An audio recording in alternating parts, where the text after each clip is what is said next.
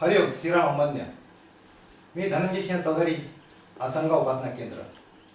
सन 2007 पासून मी बापूंकडे येतो. बापूंकडे आल्यापासून माझ्या जीवनामध्ये अनेक अनुभव आले. त्यापैकी एक मी अनुभव आपल्याकडे सादर करीत आहे. 4 नोव्हेंबर 16 हा माझा मुलगा आदित्य याचा वाढदिवस. आजच्या दिवशी आम्ही ठरवलं होतं वाढदिवसाला काय तयारी करायची, म्हणून आम्ही दुसऱ्या दिवशी सकाळी उठलो आणि घरामध्ये आवरासावर करू लागलो. मध्येच मला मिसेस म्हणाली, तुम्ही काम बाजूला ठेवा, तुम्ही बापूंचं दर्शन घेऊन या.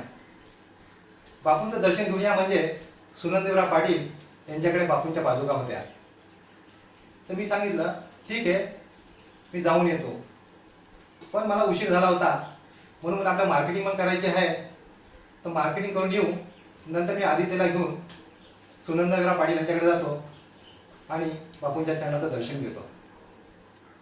म्हणून आम्ही मार्केटिंगला निघालो. मार्केटिंगला जाताना माझी ॲक्टिवा बाईक आहे, त्यावर आम्ही तिघे निघालो. मार्केटिंग झाल्यानंतर मिसेस म्हणाली का आपण बाजारामधनं जाऊया.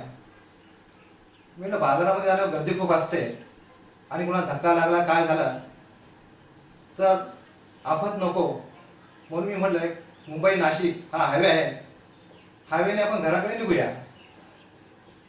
शेवटी मिसेसच्या मनाविरुद्ध मी गाडी काढली. मुलगा पुढे बसला होता, मी गाडी चालवत होतो आणि मिसेस मागे बसली होती. आम्ही हायवेला निघालो. गाडी चालत होती आणि मध्येच आदित्यच्या डोक्यावरची कॅप उडाली. मिसेस म्हणे अहो त्याची कॅप उडाली. म्हणलं जाऊ दे, उडाली जाऊ दे, आपण नवीन घेऊया. अहो असं काय करता, आता 100 रुपये देऊन ती नवीन कॅब घेतलेली आहे आणि अशी फुकट जाऊन द्यायची का. मी शेवटी गाडी थांबवली. ती मध्ये मीच जाऊन कॅब घेऊन येतो. आता मुंबई नाशिक हायवे हा भरधाव वेगाने गाड्या चालू असतात, तिथे थोडाही गॅप नसतो. म्हणून मिसेस बराच वेळ उभी होती, गाड्यांचा ओघ चालू होता. माझ्या मनामध्ये आलं की कदाचित ही गाडी बघणार नाहीये आणि कॅब उचलायला जाईल. पण त्यावर तिच्या डोक्यामध्ये विचार चालू होता, तर एखादी गाडी या कॅबवर गेली तर मी कॅब ती फेकून देईल, असा तिच्या मनामध्ये विचार चालू होता.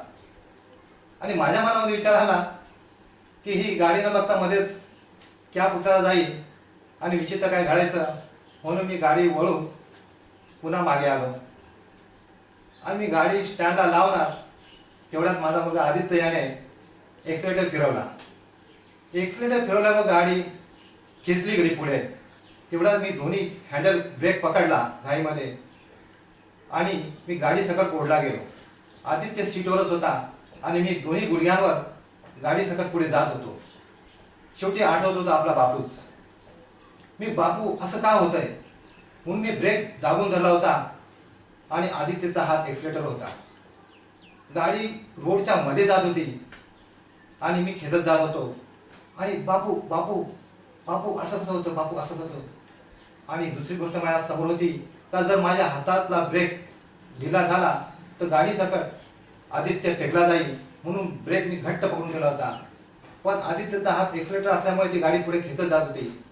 गाडी रोडच्या मध्यावर आली होती. पुढे ढकलत ढकलत पुढे गेली आणि डिवायडरवर थांबली. काय घडलं हे मला काय समजत नव्हतं आणि मिसेस उभी होती, तिला पण काय प्रकार घडलेला आहे हे पण काय कळत नव्हतं. थोड्या वेळाने येणाऱ्या जाणाऱ्या गाड्या थांबल्या. तिथले लोक धावत आले आणि 2-3 गाड्या माझ्या जवळून गेल्या. तेव्हा मी भानावर आलो, अरे आपण भयंकर संकटात वाचलेलो आहोत. 1 मिनिटासाठी बापूंनी गाड्या थांबून ठेवल्या होत्या. मी रोड क्रॉस पर्यंत एकही गाडी पास झाली नाहीये. जर गाडी पास झाली असती तर आज मी इथे अनुभव द्यायला जगात नसतो. शेवटी वाचवणार येतो तो आपला बापूच. मी घरी आलो, बापूंची कृतज्ञता मागितली, खूप आभार मानले बापूंचे. आणि दुसऱ्या दिवशी आदित्यला विचारलं मिसेसनी, अरे असा कसा तो एक्सिलेटर दिला ते. परंतु मम्मा मी काय केलं नाहीये.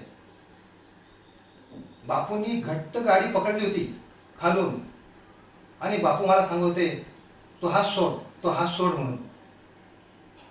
आमच्या डोळ्यातनं पाणी आले. कारण की बापू क्षणोक्षणी आपल्या भक्ताची काळजी किती घेतो.